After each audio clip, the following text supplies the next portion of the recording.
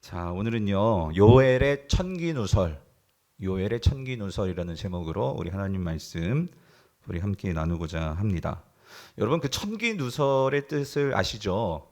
천기, 그러니까 하늘의 이 비밀을 누설하는 거, 공개하는 거. 그래서 사실 이 요엘서는요, 한마디로 저는 그렇게 정의하고 싶어요. 하늘의 이 비밀을 앞으로 되어질 이 종말의 그 일을 이 요엘이 공개하는 거죠. 그래서 요엘의 천기누설. 아무리 생각해도 제가 오늘 제목 잘 지은 것 같아요. 요엘의 천기누설. 자, 그래서 우리가 이번 주 수요일부터 우리 성도님들 지금 우리 큐티 본문이 바뀌었죠. 그래서 요엘서를 묵상하고 있는데요. 근데 요엘서가 짧아요. 이제 다음 주 월요일이면 또 끝나요. 그래서 이게 세 장, 총 세 장밖에 되지 않는 그런 짧은 말씀인데 이 요엘서는 사실 그 성경 자체가 의미도 있지만 사실은 이 사도행전에서 이 사도행전 2장에 이 오순절에 성령님이 강림하시잖아요. 근데 이 성령님이 강림하신 그 사건을 베드로가 설교를 하면서 설명을 하면서 그때 이것을 해석하는 가운데 이 구약의 말씀 가운데 베드로가 인용하는 말씀이 있죠.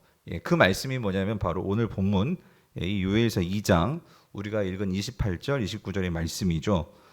그래서 이 사도행전의 2장의 그 성령 강림 사건은 교회가 이제 역사 속에서 이제 태동하는 아주 의미심장한 이 역사적인 사건을 이 사도행전 2장이 담고 있는데 그때 그 사건이 어떤 의미인지를 해석해 주는 구약의 말씀이 이 요엘서 2장 28절 29절의 말씀이라는 거예요. 그래서 다시 한번 보면 이 그 후에 내가 내 영을 만민에게 부어 주리니 너희 자녀들이 장래일을 말할 것이며 너희 늙은이는 꿈을 꾸며 너희 젊은이는 이상을 볼 것이며 그때에 내가 또 내 영으로 남종과 여종에게 부어 줄 것이다. 그래서 여기서 이 내 영, 예전에 개역 한글판에서 내 신이라고 나와 있었는데 이게 뭐죠? 이게 성령이죠, 성령. 그러니까 성령을 보내주실 것을 하나님께서 이것을 예언하는 말씀이 오늘 이 본문이에요. 근데 여러분 이거요, 우리가 그 찬양도 되게 유명하죠. 여러분 그 찬양 아세요? 그 마지막 날에 내가 나의 영으로 하는 이 찬양. 그래서 사실 이 찬양으로도 유명한 그 찬양 가사가 사실 이 요엘서 28절, 29절 2장의 이 말씀을 인용해서 만든 거죠.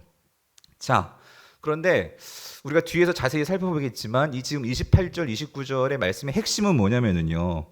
그 마지막 날에 그 하나님의 그 정한 그때에 내 영, 즉 하나님의 영, 성령을 부어 주시는데, 그러니까 보내 주시는데 우리에게 넣어 주시는데, 근데 중요한 건 이거예요. 누구에게 주신대요? 여기 보니까 모든 이들에게라고 나와 있죠. 모든 이들에게. 그러니까 만민에게 이 소리는 모든 이들에게 뭐 자녀들이든지 늙은이든지 뭐 젊은이든지 그러니까 이 말은 뭐냐면 연령 상관하지 않고 또 29절에 보면 남종이든지 여종이든지 이 말은 뭐 성별 상관하지 않고 또 더 나아가서 사회적 어떤 그런 지위 상관하지 않고 구별 없이 평등하게 하나님의 성령을 보내주겠다 하는 예언의 말씀이라는 거죠. 그래서 학자들은 구약 학자들은 그래서 이 본문을 소위 성령의 민주화, 성령의 민주화라고 그렇게 말하기도 합니다. 자, 근데 여러분 오늘 요엘서에서 사실 이 28절, 29절 이 말씀이 핵심 구절이거든요. 근데 이 말씀은 구약 안에서도 이 하나님의 구원사, 즉 하나님 나라의 이 땅 가운데 이루어지는 하나님의 이 역사, 구원사 가운데서도 아주 중요한 말씀입니다. 그 의미는 요엘이 지금 무엇을 말해주냐면요, 이 종말에 결국 메시아의 출현으로 인해서 이 새 언약이 체결될 것이거든요. 근데 새 언약이 체결이 될 뿐만 아니라 하나님께서 새로운 창조를 하신다는 거예요. 그런데 이 새로운 창조를 하시는데 어떻게 하시느냐? 이 새 창조의 영이신 성령이 오심으로 심판의 대상이었던 이 인간들에게 그 새 영, 하나님의 영이 임하심으로 그 인간들이 온전히 새로운 하나님의 이 정의와 하나님의 이 공의를 행하는 그 사람들로 치료될 뿐만 아니라 결국 하나님의 새로운 백성들로 세워질 것을 예언해 주는 말씀이 오늘 이 요엘 2장 28절 29절의 말씀이라는 거예요. 그러니까 다시 정리하면 결국 요엘서는요, 이 구약의 선지서들이 끊임없이 말하고 있는 이 새 언약의 체결, 그러니까 망가진 하나님 나라가 새로 회복될 것인데, 즉 새 언약의 체결을 통해서 이 종말의 하나님 나라, 하나님의 백성들이 회복이 되는데, 이게 어떻게 회복이 되는지를 구체적으로 보여주는, 자세히 소개해주는 하나님의 이 선지서, 꼽으라고 한다면 그게 바로 이 요엘서라는 거예요. 요엘서. 그래서 여러분, 요엘서는요, 이렇게 볼 때 신학적으로도 아주 중요한, 그런 매우 중요한 주제죠. 하나님의 영을 부어주는, 그래서 하나님의 백성을 새롭게 회복시키시고 하나님 나라를 세우시는 이 내용을 말해주는 그 말씀인데요. 근데 이 요엘서가요, 한 가지 좀 어려운 점이 있어요. 그게 뭐냐면, 다른 선지서들과는 다르게 이 요엘이 구체적으로 어떤 시대에 어떤 배경에서 쓰였는지에 대한 그런 단서가 요엘서 안에 없어요.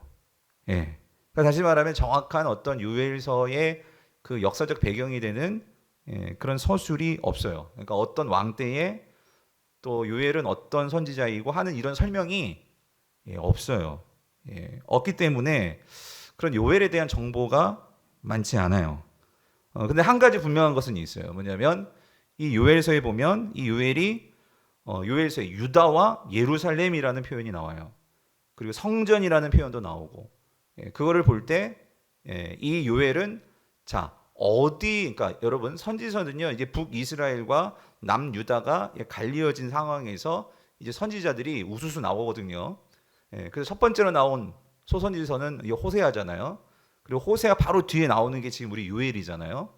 그래서 그런 배경을 놓고 이 구약 성경이 가지고 있는 배열상의 어떤 그런 역사의 전통을 놓고 볼 때도 이 요엘서가 어떤 나라를, 그러니까 즉 이게 북이스라엘이냐 남유다냐, 어떤 나라를 상대로 지금 선지자가 말씀을 선포하는 거냐, 이거를 아는 게 중요한데 그 단서는 있다, 그 소리예요. 그게 뭐냐면 아까도 말씀드렸죠. 요엘서를 읽다 보면 유다라는 표현이 나오고 또 예루살렘이라는 표현이 나오고, 그런 것을 볼 때, 그러니까 이 요엘은 어디를 상대로 활동한 선지자였을까요? 북이스라엘, 남유다, 어디요? 어디? 남유다라는 거죠. 남유다. 그죠? 예루살렘이 남유다의 수도였잖아요. 그리고 유다라고 제가 말씀을 드렸잖아요. 그러니까 남유다를 배경으로 해서 선포한 선지자인 것을 알 수가 있는 거예요. 자, 그리고 중요한 게 있어요. 이 요엘서가 지금 말해주고 있는 역사적인 사건은 나오지 않지만 아주 중요한 이 요엘의 배경이 되는 아주 큰 사건이 있어요. 여러분, 그게 뭘까요? 여러분 뭐예요? 댓글로 남겨주셔도 돼요. 뭐예요? 안 주시네. 메뚜기 사건. 메뚜기 재앙이에요. 메뚜기 재앙. 그죠? 큐티하신 분들은 다 보셨을 거예요. 그죠? 이 메뚜기 재앙. 여러분 1장 4절을 보세요. 1장 3절부터 볼게요. 3절 4절 우리 같이 한번 읽어볼게요. 시작. 너희는 이 일을 너희 자녀에게 말하고 너희 자녀는 자기 자녀에게 말하고 그 자녀는 후세에 말할 것이냐. 자, 여기 보면은요, 어떤 사건을 지금 너희가 자녀에게 말하고 또 그 자녀는 그 자녀에게 말하고 또 그 자녀는 후세에 말할 것이라. 이게 무슨 말이냐면 이게 엄청난 사건이 일어났다, 그 소리예요. 지금 남유다에. 엄청난 사건이 일어나는데 이게 무슨 전쟁의 사건이라기보다는 무슨 사건이냐? 4절이에요. 무슨 사건이죠? 같이 읽어볼게요. 팥중이가 남긴 것을 메뚜기가 먹고 메뚜기가 남긴 것을 느치가 먹고 느치가 남긴 것을 황충이 먹어도다예요. 이게 무슨 사건이냐면 쉽게 말하면 요즘 말로 말하면 자연재해가 임한 거예요. 엄청난 자연재해. 그러니까 무슨 말? 메뚜기가 나와가지고요. 이 남유다의 모든 이 그 곡식, 모든 과수, 모든 것들 다 싹쓸이해 버린 거예요. 근데 이게 왜 엄청난 일이라면, 여러분 우리가 살면서 가장 힘든 문제가 뭐겠어요? 여러 가지 문제도 있겠지만 힘든 문제, 먹고 사는 문제, 이 경제적인 문제 아닙니까? 그러니까 지금 이 모든 경제가 파탄이 난 거예요. 지금 남유다에. 살 수가 없어. 먹을 게 없어요. 다 죽을 판이죠. 지금 이런 일이 벌어진 거예요. 근데 여기서 그냥 메뚜기라고 말하지 않고 이 팥중이가 뭔지 아세요? 제가 찾아보니까 팥중이는요 어린 메뚜기래요. 어린 메뚜기. 그리고 메뚜기는 그다음 나온 메뚜기는 이건 충분히 자란 메뚜기. 그다음에 느치는 이건 부화된 유충이래요. 유충. 그래가지고 여러분 메뚜기가 날아다니는 거 아시죠? 예, 얘는 날개가 아직 자라지 않았어요. 날지 못하는 그런 메뚜기가 느치래요. 황충은 날개가 이제 막 자랐어. 예, 그런 메뚜기예요. 그러니까 이게 지금 뭘 말하냐면요, 메뚜기의 성장 단계를 지금 다 말해주는 거예요. 예, 그래서 지금 4절이 의미하는 바는 뭐냐면요, 뭘 말하려고 하냐면요, 그러니까 메뚜기의 재앙이 완전하게, 그러니까 이 메뚜기 재앙이 피할 길 없이, 그러니까 4단계로 이렇게 성장 단계로 말해주는 것은 뭐냐면요, 엄청난 메뚜기 재앙이 임했다 이거예요. 요즘도 아프리카나 이런 중국 같은 데 가 보면은요, 이런 메뚜기 재앙으로 한 마을이 막 쑥대밭이 되고 그런 일들이 실제로 있다고 하잖아요. 그런데 지금 그런 일이 벌어진 거예요. 그래서 지금 사전에 말하는 건 뭐냐면은 여러분 메뚜기가 그러니까 새끼부터 시작해가지고 모든 종류의 이 메뚜기가 그냥 가득 차버렸어요. 그러니까 지금 메뚜기 성충, 그러니까 다 자란 메뚜기를 잡아도 지금 새끼 메뚜기가 있기 때문에 이 계속해서 이거 끊어지지 않는 그런 연결고리. 그러니까 지금 뭘 말하냐면 4절은요, 인간의 능력으로는 해결할 수 없는 불가능한 그런 상태를 말하는 거예요.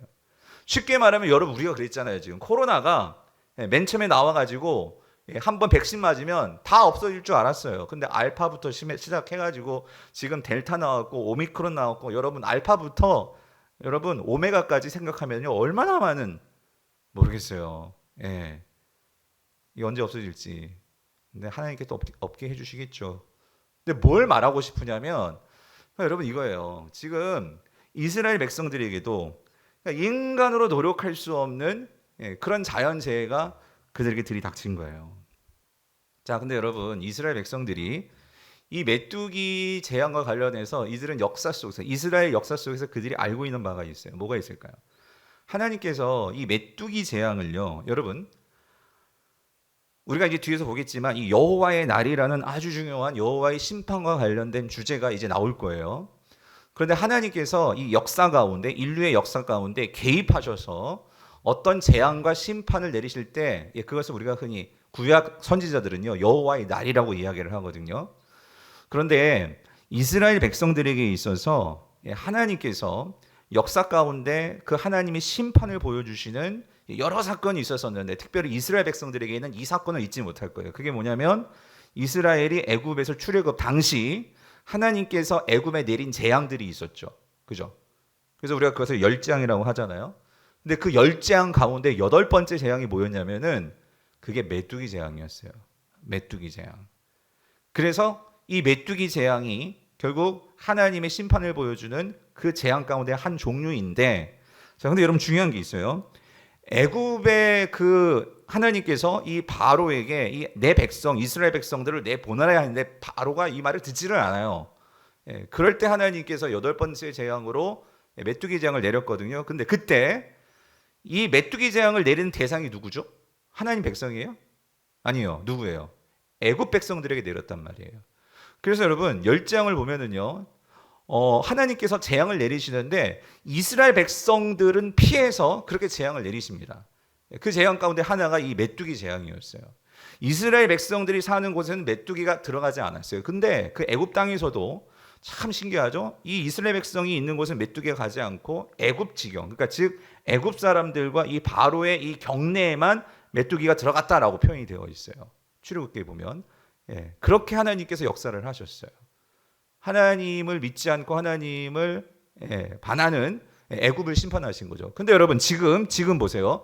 지금 요엘에서는 그렇게 하나님께서 애굽에 내렸던 하나님 백성이 아닌 자들에게 내렸던 그 재앙이 지금 누구에게 내려지고 있죠?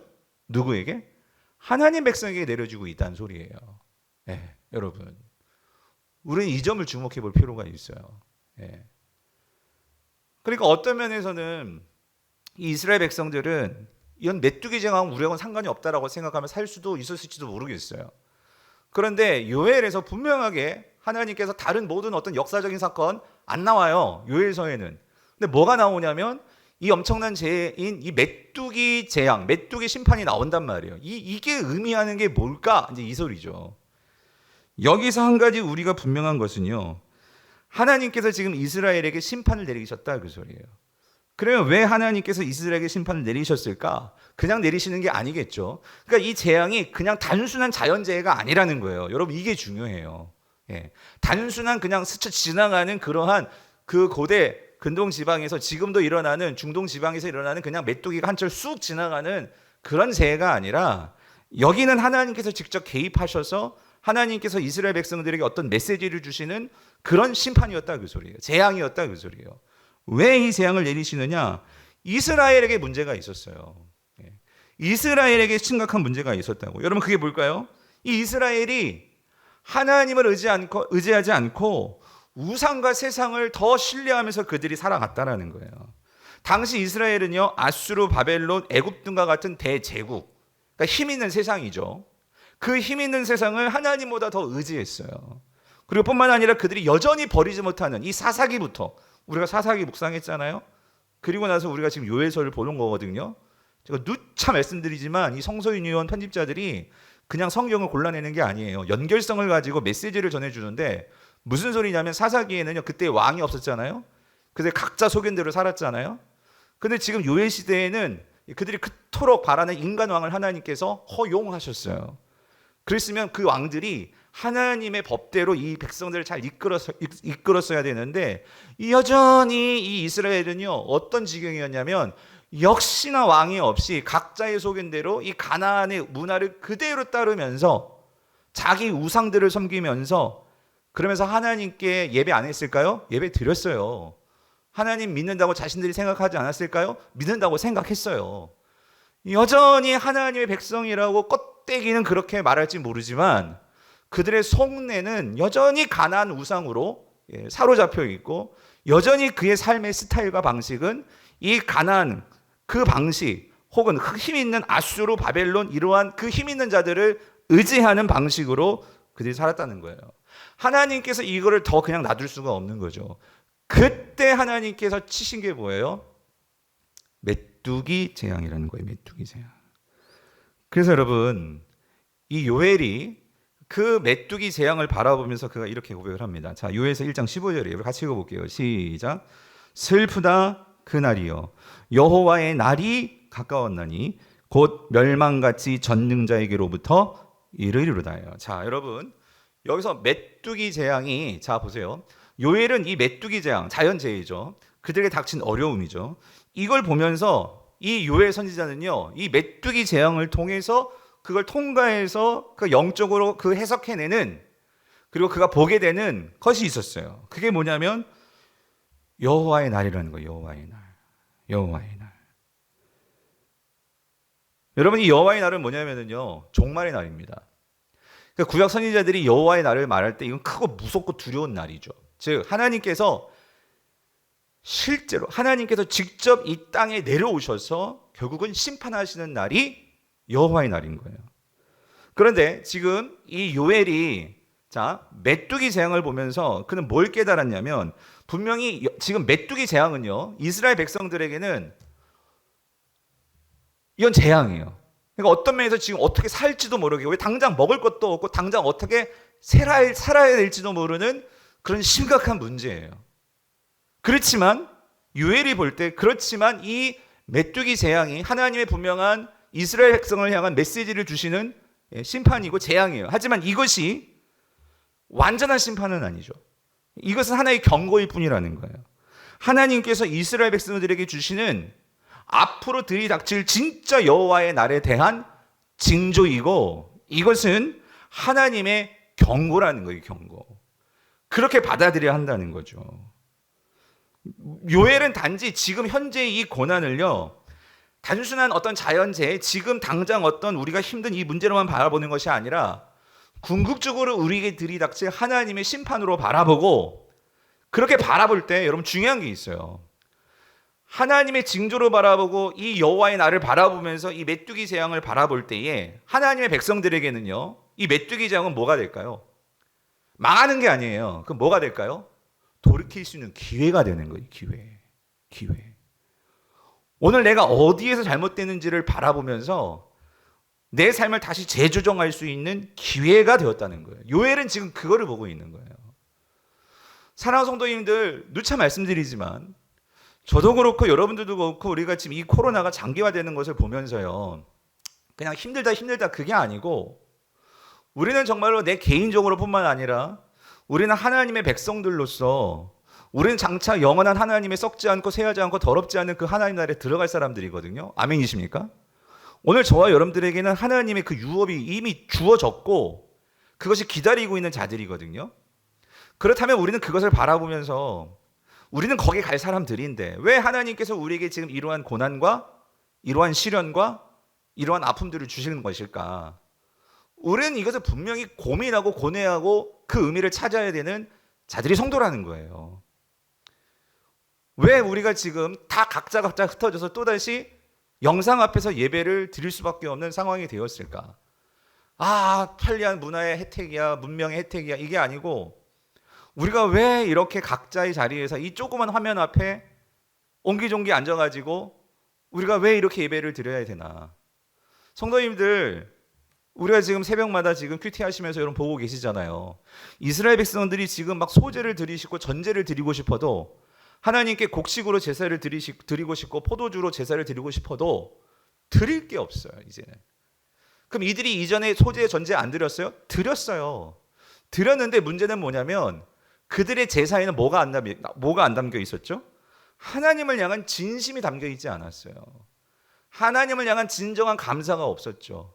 하나님이 진정한 내 삶의 이 포도주와 이 곡식의 진짜 주인 되심을 인정함이 없이 그냥 하나님께 그냥, 이거 정말 죄송한 표현이죠. 여기 있어요. 뭐 이런 그냥 하나의 그냥 하나 덤으로 그냥 드리는 정도? 예. 무슨 말인지 되시죠? 하나님에 대한 진정한 이 경외가 없었어요. 하나님을 정말 두려워함이 없었단 말이죠. 그랬을 때 하나님께서 그들을 딱 치시니까 이제는 정말 깨닫고 하나님께 나와서 예배를 하고 싶어도 예배를 드릴 수 없는 상황. 여러분, 우리의 상황이지는 않습니까? 오늘 우리가요, 하나님께서 우리에게 지금 주시는 이 모든 것들에 대해서 성도는요, 깨어있는 성도는 뭐냐? 고민하는 성도들이에요. 무슨 의미일까? 그 고민했던 자들 중에 하나가 바로 이 요엘이었다는 거예요. 요엘. 그래서 요엘이 뭐라고 말하죠? 여러분 2장 12절 13절을 보세요. 이렇게 말하죠. 여호와의 말씀에 너희는 이제라도 뭐하고? 금식하고 울며 애통하고 마음을 다하여 내게로 돌아오라 하셨나니 너희는 옷을 찢지 말고 마음을 찢고 너희 하나님 여호와께로 돌아올지어다. 그는 을에 놓으시며 자비로우시며 노하기를 더디하시며 인애가 크시사 뜻을 돌이켜 재앙을 내리시지 아니하시나니예요. 무슨 말이죠? 그러니까 여러분 잘 보세요. 지금 이 코로나로 힘들다면서 자포자기하는 사람들도 많고요. 어떻게 사나 하는 사람도 많고요. 원망하는 사람도 많고요. 완전히 마음이 상해가지고 막 그냥 우울증에 걸린 사람도 많고요. 여러분 그래요. 근데 이 요엘을 보세요. 뭐라고 말씀하시나? 하나님의 말씀을 들어서 정신을 차리고 이렇게 말하잖아요. 이제라도, 여러분 이거 중요한 거, 이제라도 이 부사예요. 이제라도 뭐 하자는 거예요? 여호와께로 돌아가자 소리. 여호와께 돌아가자. 예. 여호와께로 돌아가자. 예. 무슨 말입니까? 지금 이거는요, 기회가 아직 있다 그 소리. 이제라도 이 말은 뭐냐면 아직 기회가 있다 그 소리예요. 여러분, 우리가 선지서를 보면서요, 항상 잊지 말아야 될 것은 하나님은 기회를 주십니다. 그런데 그 기회를 놓치면은 여러분 끝나는 거죠. 예. 하나님께서 어쩌면 우리에게도 지금 이거는요, 기회를 주신 거예요. 우리가 정말 하나님 앞에서 돌아보고 내 삶을 돌아보고 정말로 자숙하고 우리의 예배를 돌아보고 나의 삶의 진정한 주권을 누가 있는지에 대해서 그거를 고백하는 이 시간을 우리에게 허락했다고 저는 믿어요. 하나님께 이제라도 우리가 돌이켜야 되는데 여기 금식하라고 했잖아요. 금식하고 금식이라는 거는 여러분 금식은요 내가 어떤 막 무슨 시험에 합격해야 돼. 내 아들이 대학에 합격해야 돼. 그러면 우리는 막 금식해서 하나님 이거 들어주세요. 여러분 하나님께 땡깡 쓰는 게 금식이 아니고요. 예, 그렇게 막 하나님 이렇게 금식합니다. 정말 내가 이렇게 정성으로 하나님께 나아갑니다. 그러니까 내 소원 들어주세요. 이게 금식이 아니고 여러분 금식의 의미는요 하나님께 집중하기 위해서 금식을 하는 거예요. 예. 여러분 배고프고, 그러니까 여러분 배고프면은요 만사가 귀찮고 배고픈 것만 생각하잖아요. 그렇죠? 근데 그 배고픈 것을 어떻게 하나님께로 돌려서 하나님만을 생각하는, 그러기 위해서 하는 게 금식이라 그 소리예요. 금식. 그래서 제가 이걸 보면서 진짜 전 교회 금식을 한번 선포하고 싶기도 한데, 여러분 그렇다고 뭐 그게 아니고요. 정말 자원하는 그런 금식들이 있으셨으면 좋겠어요. 정말 하나님 앞에서 내가 정말 하나님께 제대로 집중하지 못하고 그런 나의 삶이 있다면 여러분 금식하십시오. 금식. 예. 그러면서 뭐예요? 울며 애통하고. 여기서 울며 애통한다는 말은 무엇입니까? 이거는 내가 뭘 잘못했는지 돌이켜보는 거예요. 예. 울며 애통해야 한다. 내가 이런 부분을 놓쳤구나. 여러분 그게 보이셔야 돼요. 어쩌면 우리가 지금 예배당에 지금 우리가 1월 2일까지 오지 못하고 각 집에서 예배하자고 했잖아요. 그랬더니 이 조건이 그냥 이제 주일만 예배하면 되는구나. 수요 예배도 없고 금요 기도도 없고. 여러분 그러면 크고 다치고요. 여러분 그거는 정말 하나님 앞에서 여러분 속에 계신 성령님을 근심케 하시는 거죠. 그래서 제가 이거 딱 오늘 설교 들어오기 전에 그거 할까 했었어요. 뭐냐면 우리 집사님들 지금 딱 그러니까 여기 딱 이름 있으신 분들이 있는데 진짜 궁금한 거예요. 뭐냐면 진짜 집에서 뭐 하실까 우리 성도님들. 지금 들어오 계신 분들 말고 물론 지금 뭐 밖에서 일하시는 분들 계신지 모르겠지만 우리 청년들은 뭐 하고 있을까? 이 시간에 회장님, 에? 뭐 하고 있을까? 예. 지금 여기 지금 반주자들만 있거든요. 우리 반주하시는 우리 달마 형제하고 은솔 자매하고, 예, 그래서 이분들이라도 있으니까 제가 보면서 설교를 하죠. 예, 설교하고 있는데 정말 뭐 하고 있을까요? 예, 정말 이 시기에 우리가 정말 하나님께 집중하고, 그리고 내가 무엇을 놓치고 있는지 그래서 울며 애통하면서, 그리고 중요한 거 이거예요. 하나님께서 이걸 찢으래요. 이걸 찢으래. 13절 보니까 뭘 찢으래? 옷을 찢는 게 아니고 뭘 찢으라고요? 마음을 찢어라. 예, 마음을 찢어라. 요즘 뭐 그런 거 그런 거 노래 잘하고 막 공연 잘하면 뭐 완전 찢었어 이런 표현도 쓰는 것 같은데, 예, 정말 찢어야 되는 게 있어요. 정말 하나님 앞에서 우리 찢어야 되는 게 있는데 뭘 찢냐? 마음을 찢어야 되는데, 여러분 이건 뭐냐면은요. 나의 거짓되고 잘못된 우리의 삶의 방식을 찢어버려야 된다 그 소리예요. 예. 무슨 말이냐면 하나님은요 옷을 찢지 말고, 이 옷이라는 것은 형식이에요. 형식. 그러니까 이스라엘 백성들이 금식 안 했어요? 금식했어요. 때마다 금식했어요. 대속제일이 되면은요 이스라엘 백성들 의무적으로 금식을 해야 됐어요. 근데 그 금식이 하나님을 집중하는 금식일까요? 아니요. 그냥 다 하니까 그냥 형식적으로 하는 거예요. 울며 애통하는 거, 이 사람들이 그런 대속제일 같은 이런 명절에 곡하지 않았을까요? 곡했어요. 근데 거기에 뭐가 없죠? 내가 뭘 잘못해서 하나님 앞에서 돌이켜야 되는지에 대한 그런 의식 없이 그냥 하는 거예요. 하는 거. 하나님은 지금 뭐라고 말씀하시냐면 그런 거 말고, 너희들이 그냥 말로만 하는 그런 회개 말고, 예, 말로만 성경책 읽고 말로만 그냥 교회 나는 뭐 목사요, 집사요, 장로요, 그거 말고 정말 내 마음의 진실함으로 네가 어떤 상태인지 하나님 앞에서, 마치 우리가 여러분 그 병원에 갈 때마다 저는 그런 생각해요. 여러분 병원에 가서 엑스레이 찍어 보셨잖아요. 그러면 내 속이 그냥 훤히 다 찍히잖아요. 여러분, 예, 감출 수 없이 찍혀서 나오잖아요. 하나님은 그렇게 우리를 찍으신다는, 내 마음을 찍어내신단 말이에요. 그럴 때 내 마음에 있는 그런 더러운 모든 것들에 대해서 정말 찢으면서 하나님께로 돌아가야 되는데, 그래서 우리가 정말로 하나님 앞에 진실한 순종으로 나아가야 되는데 이스라엘 백성들이 그게 안 된 거죠. 그래서 이제라도 돌이켜라. 그래서 여러분 보세요. 예레미야도 동일한 심정으로 유다 백성들에게 이렇게 선포하잖아요. 예레미야 7장 23절에서 26절이에요. 오직 내가 이것을 그들에게 명령하여 이르기를, 너희는 내 목소리를 들으라. 그리하면 나는 너희 하나님이 되겠고 너희는 내 백성이 되리라. 너희는 내가 명령한 모든 길로 걸어가라. 그리하면 복을 받으리라 말씀하셨어요. 그죠?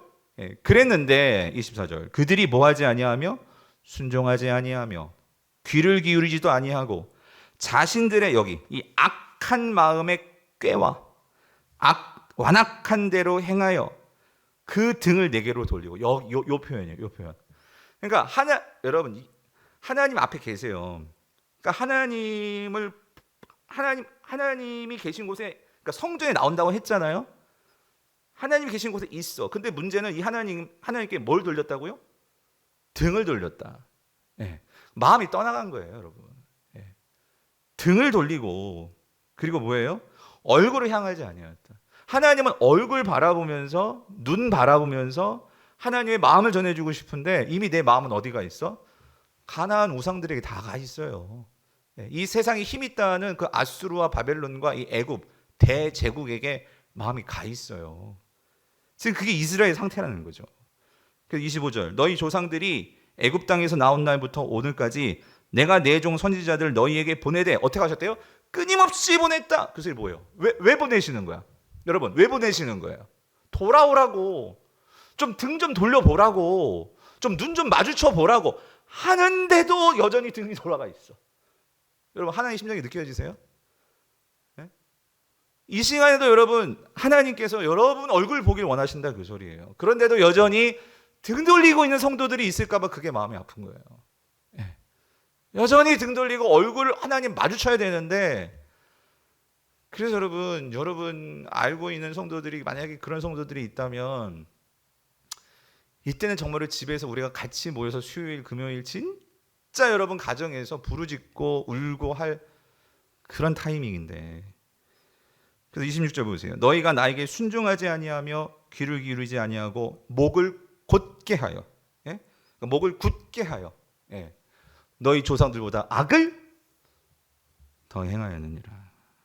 사랑하는 성도님들, 오늘 밤 우리 마음을 돌아보시길 바랍니다.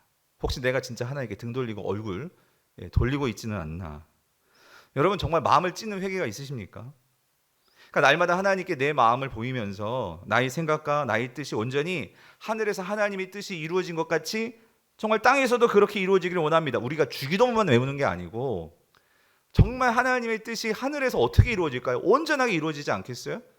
그런 것처럼 하나님, 나를 통해서 하나님의 뜻이 이 땅 가운데서도 나를 통해서 그렇게 흘러가고 나를 통해서 그렇게 이루어질 수 있도록, 그래서 여러분을 통해서 여러분의 직장에서, 학교에서, 가정에서, 교회에서 그렇게 실제로 하나님의 그 뜻이 이루어질 수 있도록, 여러분 그러려면은요, 내 옛 자아가 죽어야지만 됩니다. 그래서 사도 바울이 말하는 거죠. 날마다 나를 어디도 못 박아요? 십자가에 나는 못을 박는다. 예. 내가 죽지 않고서는요, 여러분 하나님의 뜻이 흘러갈 수가 없거든요. 그래서 여러분, 고난 속에서도 우리가 예수님을 따라가고 예수님을 닮아가는 이 성경이 말씀하시는 이 진정한 복. 그러니까 여러분, 이번 제자 훈련에서 우리 훈련생들과 같이 나누었지만, 여러분 진짜 복이 뭘까요? 이번 다음 돌아온 주일로 제가 말씀드리겠지만, 여러분 성경이 말하는 복은요,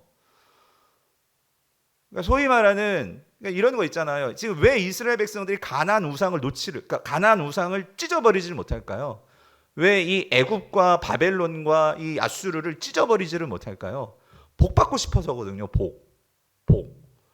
근데 그 복이라는 게 뭐예요? 그러니까 세상에서, 직장에서, 학교에서, 세상에서 내가 높아지고 성공하고 좋은 자리에 올라가고, 예, 힘 갖게 되고, 그래서 내 한마디면 모든 것이 다 좌지우지되고, 예, 이렇게 살게 되는 게 복이라고 생각하는 거예요.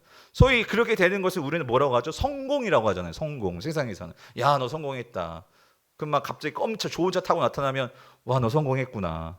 예, 이게 세상에 말하는 복이란 말이에요. 근데 여러분, 그렇죠, 좋죠. 근데 여러분, 우리가 놓치면 안 되는 게 뭐냐면, 하나님이 말씀하시는 복은 그런 종류가 아닙니다. 하나님이 말씀하시는 복은 뭘까요? 하나님이 말씀하시는 복은, 여기 하나님께서 끊임없이 선지자를 보내면서 내게로 돌아서라. 나하고 눈 맞추자. 그래서 여러분, 우리가 어떤 사람과 눈 맞추고 그 사람과 마음이 맞고 그 사람을 좋아하게 되면 어떤 일이 벌어질까요? 내가 그 사람을 사랑하게 되고, 그리고 그렇게 사랑하게 되면 그 사람을 쫓아가게 되고, 그러면 결국 그 사람을 닮게 되어 있어요. 맞죠? 우리 인생의 가장 큰 복은요, 내가 하나님을 닮는 거예요. 내가 예수 그리스도를 닮아가는 거라고요. 예수 그리스도를 닮아갈 때 우리는 이 세상을 초월해서 뛰어넘어서 살아갈 수가 있어요. 이 세상 것에 끌려가고 사로잡히는 인생이 아니라 그것으로부터 진정으로 자유한 인생을 살아갈 수가 있어요. 성도님들, 우리가 정말 이거 정립하셔야 돼요. 오늘 이 밤에 내가 찢어야 될 것은 뭐냐면, 아직도 나는요, 내 머리 언저리에는요, 이거를 머리로는 아는데 내 삶의 방식은요, 나도 성공하고 싶은 거예요. 나도 사람들에게 뭔가 이렇게 좋은 것 보이면서 좀 의시되고 싶은 거예요. 나도 막 좋은 스펙을 가지고 사람들에게 막 우와 대단하다라는 소리를 듣고 싶은 거예요. 여러분, 그거 나쁜 거 아니니까요. 좋은 건데, 그런데 여러분 이거 점검하셔야 된다고. 그런데 그렇게 되면 될수록 내가 하나님과 가까워지는지, 내가 세상에서 높아지고 인정하고 그렇게 인정받는 존재가 되면 될수록 내가 더 겸손해지고 더 하나님을 신뢰하고 더 하나님을 의지하고 하나님 말씀에 순종하는 자로 되는지, 아니면 성공할수록 하나님과 더 멀어지고 하나님과 함께하는 시간은 더 없어지고 세상에선 바쁘니까 하나님께 나오는 기도의 시간도 없어지고 하나님을 위해 봉사하는 시간도 없어지고 그러지는 않는지, 여러분 우리가 그걸 봐야 한단 말이에요. 이스라엘 백성들의 문제가 지금 그거라는 거예요. 그거. 이들의 마음을 왜 찢지를 못하느냐? 이거 찢으면 내가 못 살 것 같아. 이거 찢으면 내가 사람들에게 무시당할 것 같아. 이거 찢으면 내 자존심이 상할 것 같아. 여러분, 그거를 찢는 거예요.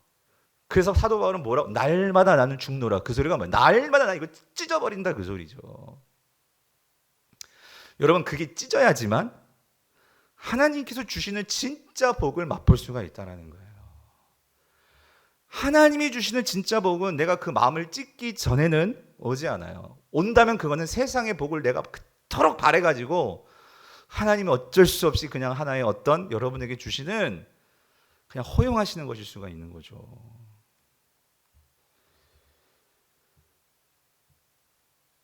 그래서 여러분, 이 요엘 선지자는요, 하나님께서 주시는 이 진짜 복을 이 이스라엘 백성들이 맛보기를 원한 거죠. 그래서 여러분 보세요. 이 요엘 선지자가 이 메뚜기 재앙을 통해서 그는 하나님의 이 놀라운 회복의 말씀들을 우리가 2장 이제 3장 가면 보게 되잖아요. 자, 그런 은혜들을 보게 되는데 이 요엘이 뛰어난 것은요, 이러한 메뚜기 재앙을 통해서 이 하나님의 이 회복의 말씀, 분명히 메뚜기 재앙은 재앙이에요. 심판이에요. 근데 이 재앙을 통해서 하나님의 축복의 말씀을 보게 되는 이 눈이 열린 사람이 바로 요엘이라는 거예요. 요엘. 와, 저는 이거를 저도 그렇고 우리 성도들도 그렇고 우리가 이 코로나 시대를 살아가면서 이거를 볼 수 있는 통찰이 있었으면 좋겠다. 이게 제가 오늘 갖고 온 기도 제목이에요. 하나님, 저에게도 우리 성도들에게도 이 코로나 또다시 내일부터 이제 여러분 또 4명 모이게 되고 막 여러 가지 제약들이 막 오니까, 그래서 신문만 보면 자영업자들은 다 힘들다 죽겠다. 우리가 누구나 다 알고 있는 거잖아요. 힘든 거. 그런데 성도들은 그 속에서도 어떤 소망을 찾을 수 있는 자들이 성도들이 돼야 되잖아요. 그리고 그런 세상 사람들에게 우리에게 살 길이 뭔지를 정말로 보여줄 수 있고 말해줄 수 있고 그들에게 소망을 줄 수 있는 자들이 돼야 되잖아요. 그러기 위해서는 우리가 뭐가 열려야 되죠? 눈이 열려야 되는데, 시대를 통찰할 수 있는 눈이 열려야 되는데, 먼저 눈이 열려야지만 우리가 그것을 새롭게 해석할 수 있고, 인간은 동물들과 다르게 의미가 있으면 고통도 이겨낼 수 있는 게 인간이잖아요. 그런 면에서 우리가 요엘을 봐야 되는데, 여러분 요엘서 1장 1절이 너무나 중요해요. 여러분, 그래서 요엘서 1장 1절을 보면은요, 여러분 요엘서의 첫 시작이 이렇게 시작이 돼요. 여호와께서 부두엘의 아들 요엘에게 이르신 말씀이라. 여러분, 우리는 이런 말씀 그냥 쓱 지나고 이게 뭐지? 그럴 수 있어요. 왜냐하면 다른 이런 뭐 대선지서 보세요. 이사야서나 뭐 예레미야나 여러분 다니엘이나 이런 선지서들 보면은요, 이게 지금 어떤 왕이고 어떤 시대이고 또 이 요엘 이 선지자는 어떤 배경을 갖고 있고 뭐 이런 게 장황하게 설명이 돼 있어요. 근데 요엘 선지자는 요엘서는요, 그런 설명이 전혀 없어요. 여기 보니까 여호와께서 부두엘의 아들, 부두엘이 누군지도 몰라요. 솔직히 성경에 부두엘이 그렇게 많은 사람도 아니고 누구인지 배경도 없어요. 그리고 이렇게 나와, 딱 하나, 요엘에게 이르신 말씀이라. 여러분, 요엘에게 그 하나님 말씀이 임했다, 이거 하나예요. 그리고 나서 이제 메뚜기 사건으로 쭉 넘어가 버리는 거예요. 근데 여러분, 여기서 우리가 1절에서요 정말 봐야 될 게 있어요. 정말 1절이 중요하지 않게 보이는데 어떻게 보면은 왜 그래요? 아까 말씀드렸죠. 이게 어떤 배경적인 어떤 그게 보이지가 않거든요. 근데 여기서 한 가지가 더 보이는 게 있어요, 여러분. 뭐가 보이는 줄 아세요? 뭐가 보여요? 이름이 보입니다. 이름이 보여요. 이름이. 어떤 이름이 보여요? 요엘이라는 이름이 보이는 거예요. 요엘. 우리는 요엘이 그냥 요자 L자로 보이지만 이스라엘 사람들은 달랐으니까 이건 이름이 뜻이 있거든요. 뜻이. 요엘의 뜻이 뭐예요? 요엘의 뜻은요, 여호와는 하나님이시다라는 거예요, 여러분. 예. 요엘서가 선포하면서요, 요엘서가 시작이 되면서요, 하나님께서 집중시키는 게 있어요. 그 어떤 인간의 왕도 중요한 게 아니고, 이 요엘의 출신도 중요한 게 아니고, 하나님이 정말로 요엘을 중요하게 여기신 게 있는 것 같아요. 그래서 하나님은요, 그 요엘의 시대에 요엘 선지자에게 하나님의 말씀을 주셨고 통찰력을 주셨어요. 그 이유가 뭘까요? 모두가 이 세상에 내가 가진 것이 신이라고 생각하고 내가 붙들고 있는 게 유일한 나의 살 길이라고 생각하고 있는데, 이 요엘은 어떤 선지자였냐면, 그 어두운 시대에 오직 여호와만이 진정한 하나님이시다라는 것을 인정하고 선포하며 살았던 사람이 누구냐? 그게 요엘이라는 거예요. 요엘 1장 1절은 그걸 우리에게 말씀해 주는 거예요. 다른 왕, 네가 어느 자손이고 어느 집하고 내 부모가 어떤 무슨 회장이고 학력이 이렇고 내가 어떤 왕하고 정치적인 그러한 관계, 여러분 그거 중요하지 않다고 그 소리예요. 네. 뭐가 중요하냐면 너와 하나님과의 관계라는 거예요. 네. 오늘 저와 하나님과의 관계, 오늘 우리 성도님과 하나님과의 관계. 근데 요엘은 분명하게 뭘 믿고 뭘 신뢰하는 자였냐면, 야훼 하나님, 여호와만이 진정한 신이라는 거죠. 하나님이시라는 거죠. 이거를 믿었던 자가 요엘이라는 거예요. 여러분 이게 있으니까 여러분 다른 게 뭔지 아십니까? 요엘은요, 시대를 통찰할 뿐만 아니라 여러분 세상에 일어나는 일을 통찰하는 그 식견이 있었다 그 소리예요. 예. 눈을 가졌다 그 소리예요. 무슨 소리냐면 모든 사람들 다 코로나로 힘들다 그렇게 생각하면서, 여러분 지금 메뚜기가 모든 걸 다 쑥대밭으로 만들어 버렸어요. 자연재해가 임한 거예요. 그런데 그 속에서 요엘은 뭘 보죠? 하나님의 뜻을 봅니다. 하나님의 뜻. 이걸 통해서 우리 민족이 어떻게 나아가야 될지, 내가 어떻게 살아야 될지, 우리가 예배를 어떻게 다시 재조정해야 될지, 우리가 어디에 소망을 두고 살아가야 될지, 이 현재와 과거를 통해 이 미래까지 바라보는 이 시각이 열린 사람이 누구였냐면 요엘이었다는 거예요. 요엘. 다시 말하면 우리의 삶 속에서 하나님이 보이는 이 영적인 이 민감함이 있었던 자가 누구였냐면 그게 바로 요엘이었다라는 거예요. 그 이유가 무엇이죠? 야훼가 하나님이다라고 선포할 수 있는 것은, 이 요엘은 그 시대 모두가 세상에 동화되어서 세상을 쫓아가며 살아갈 때 이 요엘은 오직 한 길, 그 여호와 하나님을 바라보면서 따라갔던 자가 요엘이었다는 거예요. 그럴 때 요엘은 섞이지가 않았어요. 세상의 것들이 섞이지 않으니까 뭐가 보이죠? 하나님의 길이 보이는 거예요. 하나님의 길이. 여러분 우리 인생께서 왜 좌우로 자꾸 치우치는 줄 아세요? 우리가 여러 세상의 길 갔다가 하나님의 길 갔다가 왔다 갔다 하니까 이게 혼동스러운 거예요. 혼동. 그러니까 구별을 못하는 거예요. 구별을. 하나님의 뜻을 구별을 하지 못하는 거예요. 다시 말하면 영적인 민감도가 없는 거예요. 영적인 민감도가 없어요. 예. 여러분 이번에 제주도에서 큰 지진이 일어났잖아요. 여러분 그거 아시죠? 이 돌고래나 이런 박쥐나 이런 개미나 이런 동물들은요 뭐가 있어요? 그런 천재지변, 그런 지진이 일어날 때 그 미세한 진동까지도 그걸 캐치할 수 있는 이 민감함의 어떤 그러한 능력들이 있다고, 그걸 초능력이라고 하죠. 그런 능력이 있다고 하죠. 근데 우리는 그게 없어. 우리는 인간은요 너무 바쁘게 살고 너무나 이 세상에 보이는 것들에 취해 살다 보니까 그런 아주 세미한 이런 진동에 대해서 우리는 그냥 둔감한 거예요. 둔감해. 근데 여러분 영적인 세계도 그게 있다는 거 아세요? 영적인 세계에도. 적어도 성경에서 항상 성도들에게 깨어있으라 말하죠. 여러분 그거는요 잠잠하고 깨어있으라 그게 아니라요, 민감해져 있으라 그 소리예요. 영적으로 민감해 있지 않으니까 우리가 다 둔감해 있으니까, 예, 세상의 것은 되게 민감해. 그러니까 세상의 것 뭐 하나라도 내가 손해보면 거기에 막 밤잠을 못 이루면서 이거 잃어버릴까봐, 이거 망하는 거 아닐까봐 막 그렇게 그냥 우리의 촉각에 곤두서 있는데, 이 하나님과의 관계에서 영적인 민감함을 여러분 그토록 사모하시는 그런 성도님들이 얼마나 될까? 저뿐만 아니라 우리 모든 교육자들도 내가 이 영적인 민감함을 놓고, 그래서 저는 1절을 보면서 이게 너무 부러운 거예요. 뭐냐면 그 시대의 어두운 시대에 하나님의 말씀이 요엘에게 임했다. 성도님들, 하나님 말씀이 잘 들리십니까? 정말 정직하게 여러분, 정말 하나님의 음성이 여러분 잘 분별이 되십니까? 여러분 그게 안 된다면 여러분 진짜 우리 신앙생활 어떤 면에서 헛하는 거예요. 아니 지금 신앙생활 20년 넘게 30년 넘게 했는데 분별이 안 돼요, 여러분? 여러분 로마서 12장 2절을 보세요. 뭐라고 말씀하십니까? 너희는 이 세대를 본받지 말고 오직 마음을 새롭게 함으로 변화를 받아 하나님의 선하시고 기뻐하시고 온전한 뜻이 무엇인지 뭐 하라고요? 성경은 분명하게 분별하라라고 말하고 있어요. 이게 무슨 목사들만 그렇게 하라는 소리입니까? 이게 무슨 뭐 교육자들만 뭐 장로님들만 그렇게 하라는 소리? 모두 답니다. 모두 다. 예.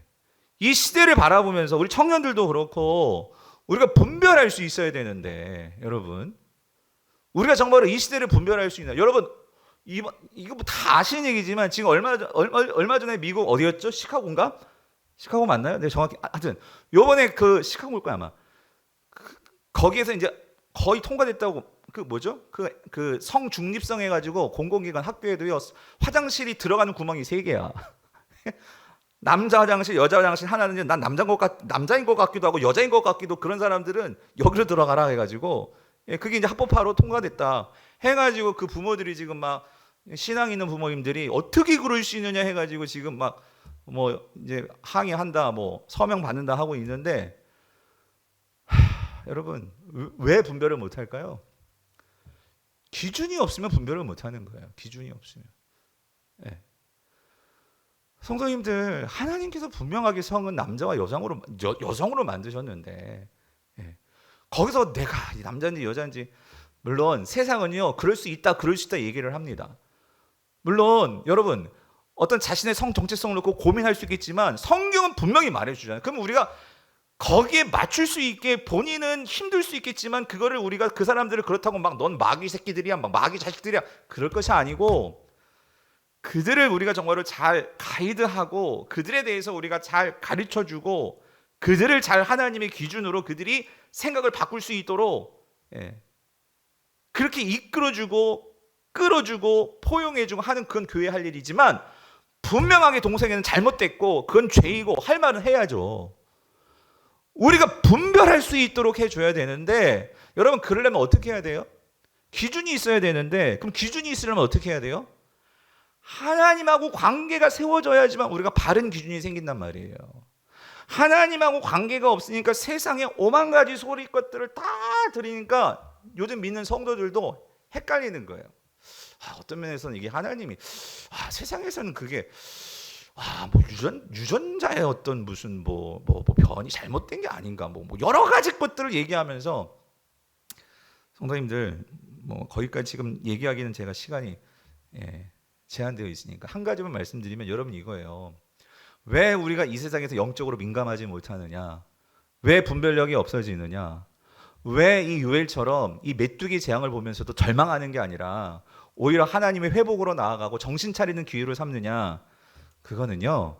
하나님과의 관계가 얼마나 친밀함이 있느냐 없느냐 거기에 따라서 이게 달라지는 거예요. 성도님들 잘 한번 보세요. 여러분은 얼마나 하나님과 영적으로 가까워 계십니까? 여러분이 얼마나 하나님과 영적으로 친밀한 사이시냐고요.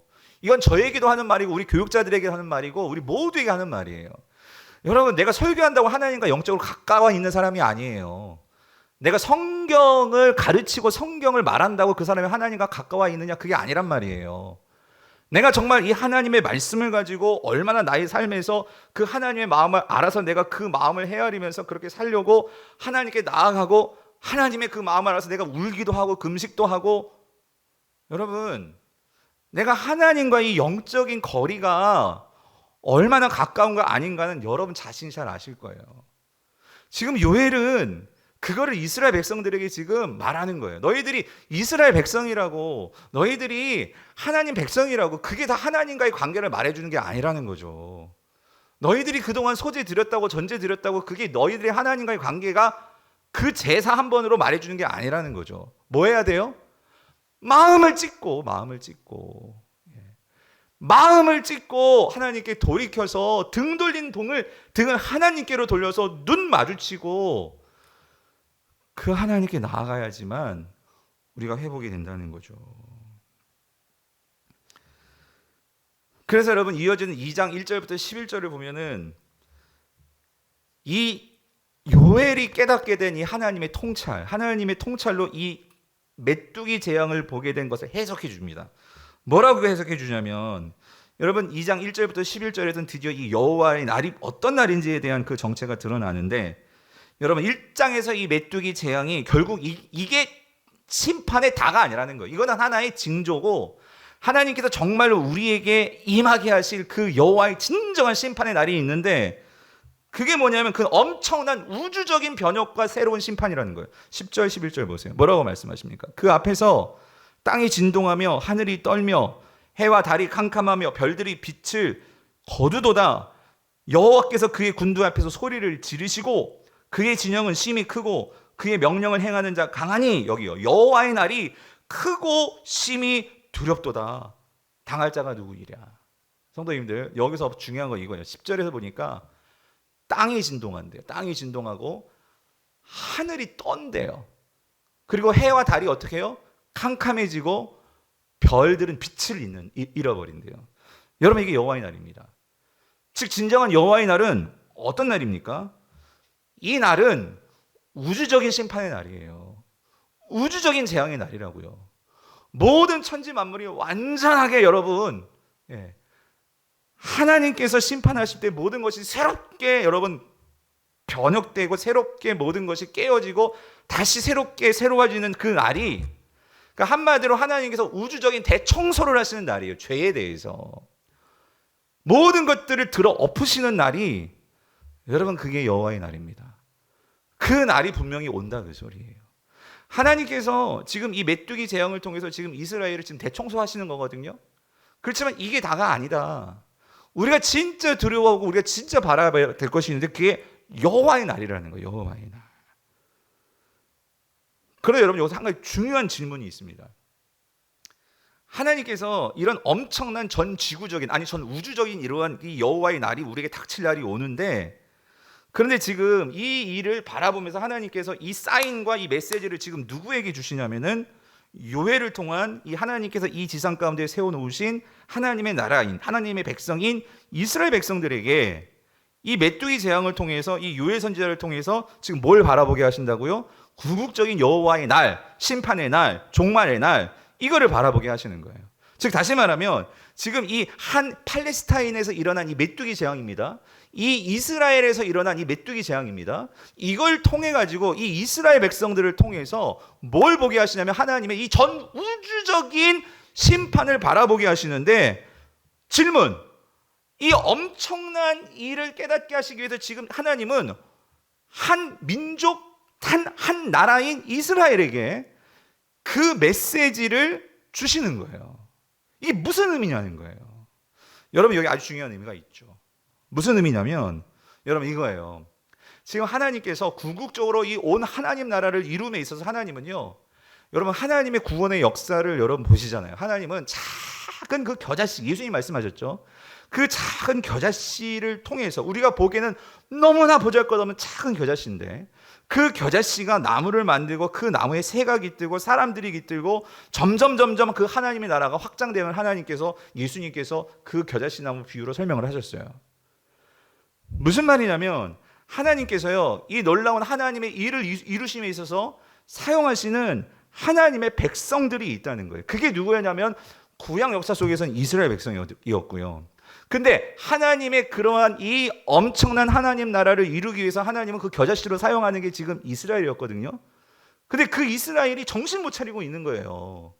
그래서 지금 메뚜기 재앙을 보내셔가지고 그들이 돌이켜서 회개하게끔 하나님께서 기회를 주신 거예요. 그렇다면 오늘날 이 교회는 뭐냐, 그 소리. 교회는 결국은 이 이스라엘이 실패해서 결국 하나님께서 메시아를 보내시고, 우리가 아까 봤죠? 사도행전 그 2장에서 성령이 강림하심을 통해 가지고 교회가 태동되었는데, 하나님께서 마찬가지입니다, 여러분. 오늘날 코로나를 겪는데, 이 코로나는 지금 세상 사람들도 겪고 교회도 겪고 있어요. 그런데 하나님께서 이 장기화되고 있는 이 코로나를 통해서 하나님께서 뭘 말씀하시는 걸까? 저는 그렇게 읽어요. 이때 정말로 우리가 이 요엘서를 보면서 우리가 영적인 통찰을 얻어야 되는데, 그게 뭐냐면 성도들이 아직도 정신 차리지 못하고 있다는 거예요. 저를 비롯해서 우리의 삶의 방식과 우리의 뼛속 깊이 녹아있는 이 마음을 찢지 못하는 부분들이 아직도 있다는 거예요. 하나님께서 정말로 이 교회를 통해서, 이 교회가 하나님의 이 우주의 중심이 교회라는 거예요. 구약에서는 하나님의 전 우주의 중심이 어디였을까요? 이스라엘이었어요. 근데 그 이스라엘이 정신 못 차릴 때 이 요엘과 같은 선지자를 보내셔가지고 지금 정신 차리라고 말씀하고 계시는 거예요. 하나님께서 지금 이 시대에 교회에 하시는 말씀이 동일하다 그 소리예요. 교회여 정신 차리라 그 소리예요. 성도님들 정신 차리라 그 소리예요. 여러분들이 정말 성도라면, 내가 정말 그 하나님 나라에 들어가기를 꿈꾸고 예수 그리스도의 재림을 정화로 바라보면서 소망하는 성도라면 우리는 지금같이 이렇게 신앙생활을 해서는 안 된다 그 소리예요. 하나님의 마음이 뭔지 우리가 하나님께 눈 맞추고 우리가 가슴을 찢고 금식을 하고 하나님 음성이 뭔지를 들으려고 하고 우리가 정말로 하나님께서 왜 우리에게 이러한 시련을 겪게 하시는지 공동체적으로 함께 순모임에서 함께 당회에서 함께 여러분들이 모이시는 무슨 모임이든지 하나님께 정말 우리가 진심으로 묻고 회개하는 일이 없다면 여러분 소망은 없죠. 소망은 없다는 거예요. 그래서 여러분 하나님께서 보세요. 이 이스라엘 백성들이 역사의 중심이기 때문에 하나님은 요엘을 통해서 그래서 이들에게 회개의 메시지를 던지시는 것이고 하나님은 앞으로 궁극적으로 이 궁극적인 여호와의 날이 모두가 다 그렇게 전멸하고 심판받는 날이 아니라 남겨진 자들이요. 정말 하나님의 선택받은 그 남겨진 자들에게는 이것이 구원의 날이고 이것이 기쁨의 날이고 완전한 회복의 날이 될 수 있도록 하나님은 계획을 가지고 계십니다. 그 계획을 요엘이 말해주고 있다는 거예요. 여러분 그게 뭐냐면 27절 보세요. 27절. 27절 보기 전에 오늘 18절부터 볼게요. 18절에 보니까 이렇게 말씀하시죠. 그때에 여호와께서 자기 땅을 극진히 사랑하시어 그의 백성을 어떻게 해요? 불쌍히 여기실 것이라. 하나님은 여전히 지금 그의 백성이 누구냐면 하나님 다 잊어버리고 그 바알 앞에 그 바벨론, 아수르 세상 제국 앞에 지금 손 빌고 있는 그런 백성들인데도 하나님 그들을 뭐하고 계시다고? 불쌍히 여기고 계시는 거예요. 그래서 하나님께서 어떤 계획을 세우시느냐? 요엘 2장 27절. 그런즉 내가 이스라엘 가운데 있어 너희 하나님 여호와가 되고 다른 이가 없는 줄을 너희가 알 것이라. 내 백성이 영원한 수치를 당하지 아니하리로다. 여기 밑줄 그어놓으셔야 돼요. 여러분 지금 성경책에 있으시면 여기 밑줄 그어놓으세요. 내 백성이 어떻게? 영원히 수치를 당하지 아니하리로다. 여러분 저는 이걸 보면서 너무나 감격스러워가지고 여러분 그 앞서서 여기 보세요. 이거 어디서 많이 본 거 아니에요? 내가 이스라엘 가운데 있어 너희 하나님 여호와가 되고 그리고 다른 이가 없는 줄을 너희가 알지어라. 이게 무슨 얘기냐면 이게 언약 공식이에요. 언약 공식. 내가 너희 하나님이 되고 그리고 너희는 여기 내 백성이 된다는 말이 나오잖아. 내 백성이 영원히 수치를 당하지 아니하리로다. 내가 너희의 하나님이 되고 너희는 나의 백성이 되고. 이게 뭐냐면 하나님께서 항상 이 언약을 맺으실 때 나오는 표현이 이거예요. 나는 너희 하나님 되고 너는 나의 백성이 되고. 이게 무슨 말이냐면 지금 하나님께서 새 언약을 맺겠다 그 소리예요. 새 언약을 맺겠다. 언약을 깨는 당사자들은 항상 이스라엘 백성들이었어요. 근데 하나님은 그 백성들을 여전히 불쌍히 여기셔가지고 다시 한번 기회를 주겠다 그 소리예요. 다시 한번 기회를 줘서 영원한 언약을 맺겠는데 근데 이번에는 뭐라고 말씀하시냐면 내 백성이 영원히 수치를 당하지 아니하리로다. 여러분 수치는요 죄를 범하면 수치를 당합니다. 여러분 죄 지으면은 막 기자들이 와가지고 카메라 들이대면 거기 얼굴 뻣뻣이 드는 사람 없습니다. 다 고개 숙이지. 막 모자 둘러 쓰고 막 눈 가리고 막 나오지. 왜? 수치입니다. 그게 수치예요. 수치. 그러니까 요즘은 하도 극악한 죄를 범하면은 그 수치를 당하도록 얼굴 다 까게 만들잖아요. 다 공개시키잖아요. 근데 하나님께서 뭐라고 말씀하세요? 너희들이 죄 지은 거 너희들도 알지. 근데 있잖아. 내가 너희들이 수치를 당하지 않게 할 거야. 근데 여러분 이게 어떻게 수치를 안 당하는 거죠? 누구 때문에 수치를 안 당하는 거죠? 어떻게 우리는 죄를 범했는데 어떻게 하나님 앞에서 내가 하나님보다도 세상 좋아하고 세상의 힘 좋아하고 세상의 성공 좋아하고 세상의 명예 좋아하고 세상의 돈 좋아하고 그렇게 살았는데 어떻게 우리가 죄를 범했는데 수치를 당하지 않죠? 누구 때문입니까? 하나님께서 보내시는 이 메시아예요. 메시아이신 예수 그리스도가 우리의 모든 수치를 다 담당하시기 때문에 여러분 이게 얼마나 은혜냐고 여러분. 저도 얼마나 수치 많은지 모르겠어요. 그런데도 이 자리에 설 수 있는 걸 매번 말씀드려요. 제가 잘나서도 아니고 제가 여러분보다 더 뛰어나서도 아니고 은혜로 쓰는 거죠. 예수 그리스도가 계시기 때문에. 그래서 오늘도 그 주님을 바라보면서 쓰는 거고 주님을 바라보면서 나오는 거고 그래서 여러분 히브리서 12장 2절 뭐라고 말씀하십니까? 믿음의 주요 또 온전하게 하시는 이인 누구를 바라보자? 예수를 바라보자. 그는 그 앞에 있는 기쁨을 위하여 여기요 십자가를 참으사 부끄러움을 개의치 아니하시더니. 여기서 이 부끄러움 누구 부끄러움이에요? 우리 부끄러움이에요, 여러분. 네? 우리 당할 부끄러움을 주님은 개의치 아니하시더니. 왜? 우리에게 영원한 수치를 감추어 주시기 위해서. 왜요? 저와 여러분을 사랑하시니까. 저와 여러분에게 진정한 이 하나님 나라의 유업을, 그 좋은 유업을 주시고 싶으시니까. 그래서 그 수치를 다 담당하시고 그 주님이 어디 가셔서 하나님 보좌 우편에 올라가셨죠. 그리고 그 보좌에 올라가신 그 주님이 저와 여러분들에게 보내주신 분이 누굽니까? 그게 바로 성령님이시죠. 성령님. 말세에 내가 너희에게 마지막 때에 내가 성령을 부어주리니 누구든지 그를 믿는 자들에게 내가 성령을 부어준다.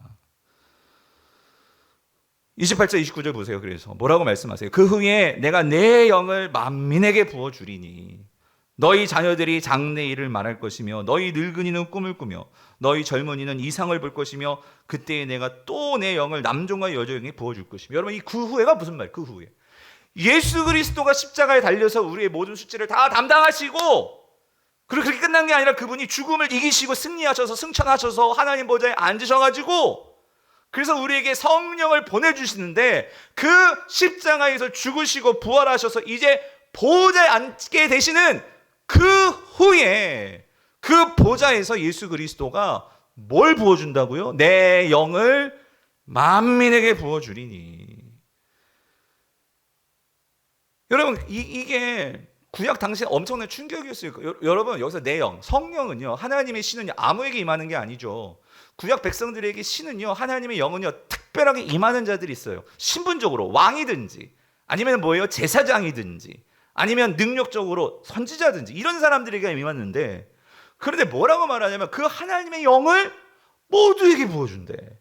그러니까 이 메시지를 요엘을 통해서 처음 들었을 때의 이스라엘 백성들의 충격은 어마어마했을 거예요.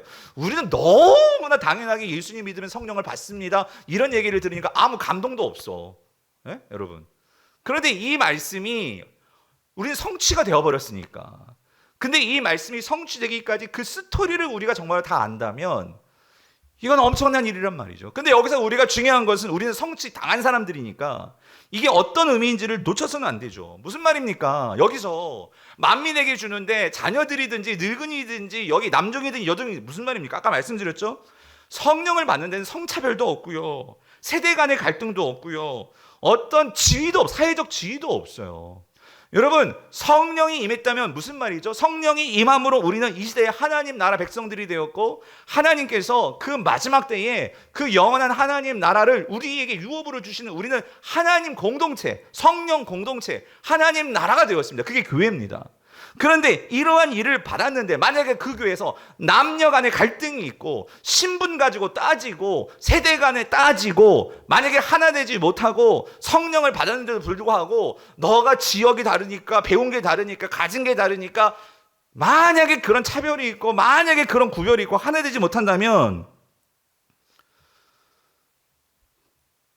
성령님께서 탄식하는 공동체가 된다 그 소리예요. 성령 공동체에 속한 성도들은 모두에게 차별 없이 하나님께서 이 성령을 부어주시는데 왜 우리에게 하나님께서 그렇게 차별 없이 그러한 그 구분 없이 우리에게 부어주시는데 왜 그렇게 주시는 거예요? 지난주에 말씀드렸죠. 마음을 같이 하여 서로 동정하며 서로 사랑하며 서로 불쌍히 여기며 서로 겸손히 여기라고 하나님께서 그렇게 성령을 주셨는데, 여전히 교회 안에는 기득권이 있고 여전히 교회 안에는 내가 더 높하고 내가 더 먼저 왔고 너희들은 나중에 왔고 내가 목사고 내가 장로고 내가 권사고 내가 집사고 내가 나이가 더 많고 너는 어리고. 여러분 그러면 이거는 정말 하나님 앞에서 우리는 정말 큰 벌 받을 짓을 하고 있는 거죠. 왜 그렇게 될까요? 우리가 성령의 소욕을 따르지 않기 때문에. 그럼 뭘 따르는 거예요? 육신의 소욕을 따르기 때문이라는 거예요. 여러분 에베소서 4장 1절에서 4절을 보세요. 뭐라고 말씀하십니까? 그러므로 주 안에서 갇힌 내가 너희를 권하노니 너희 부르심을 받은 일에 합당하게 행하여 모든 겸손과 온유로 하고 오래 참음으로 사랑 가운데서 서로 어떻게 해요? 용납하고 평안에 매는 줄로 성령이 하나 되신 것을 힘써 지켜라. 몸이 하나요 성령도 한 분이시니 이와 같이 너희가 부르심에 한 소망 안에서 부르심을 받았느니라. 사랑하는 성도님들, 우리 안에 성령이 있다면 여러분 먼저 우리의 다름을 보사는 안 되고 하나님의 마음을 보고 성령을 바라봐야 될 줄 믿습니다. 성령이 우리 안에 계시기 때문에. 그래서 하나님은 이런 성령 공동체를 마지막 날에 구원하신단 말이에요. 진정한 나의 백성들, 나의 공동체나 여기시고. 그래서 여러분 진짜 마지막으로 요엘 2장 30절에 32절을 보면 마지막에 어떤 일이 일어날지 보여주는데 보세요. 내가 이적을 하늘과 땅에 베풀리니 곧 피와 불과 연기 기둥이라. 여호와의 크고 두려운 날이 이르기 전에, 여기 잘 보세요. 해가 어두워지고 달이 핏빛같이 변하리뇨. 여러분 이게 상상이 되세요? 그 찬란한 태양이 빛을 잃어버리고 그 달도 빛을 잃어버리고 그게 오히려 핏빛같이 변한다. 이게 도대체 무슨 말이냐 말이죠. 여러분 이건 이거예요. 그러니까 우리가 정말 성령이 우리 안에 있는 그런 하나님 나라의 공동체들인데, 만약에 하나님께서 그런 이스라엘 백성들을 하나님 나라의 백성으로 세우셨는데, 여러분 만약에 우리가 여전히 여기서 이 달과 해는 뭘 말하냐면, 여러분 왜 하나님께서 해와 달까지도 지금 심판하시겠다 그 소리예요. 이걸 완전히 새롭게 바꿔 버리시겠다 그 소리. 이게 왜 그런 줄 아십니까? 성경에서 왜 이런 표현이 왜 나온 줄 아십니까? 그 당시 이스라엘 백성들이 하나님을 섬기는 것이 아니고 바알이 그렇게 중요하게 여기고 세상이 중요하게 여기는 이런 해, 달, 별, 신들, 하나님이 그 만든 것들이잖아요. 근데 그런 것들을 우상으로 섬기고 있는 거예요. 우상으로. 그러니까 하나님께서 더 이상 그런 일을 못하도록 이 새로운 세상에서는 하나님 그런 거 싹 다 바꾸시겠다 그 소리입니다. 무슨 말이냐면 오늘 보세요. 32절. 그래서 누구든지 여호와의 이름을 부르는 자는 뭘 얻어요? 구원을 얻으리니 이는 나 여호와의 말대로 시온산과 예루살렘에서 피할 자가 있을 것이며 남은 자 중에 나 여호와의 부름을 받을 자가, 여기 중요한 거 이거예요. 남은 자 중에 여호와의 부름을 받을 자가 있을 것입니다. 무슨 말입니까? 진짜는 따로 있습니다. 여러분 진짜가 있다는 거예요. 진짜. 그게 뭐냐면 남은 자입니다. 우리 이사에서도 그렇고 항상 선지서들이 말하는 것은 이 남은 자예요. 저는 오늘 저와 여러분들이 이 렘넌트, 남은 자가 될 수 있기를 정말로 축원합니다. 근데 그 남은 자가 누구냐? 여러분 이거예요. 여호와의 이름을 부르는 자가 남은 자들이라는 거예요. 그럼 여호와의 이름을 부르는 자가 누구냐는 거죠.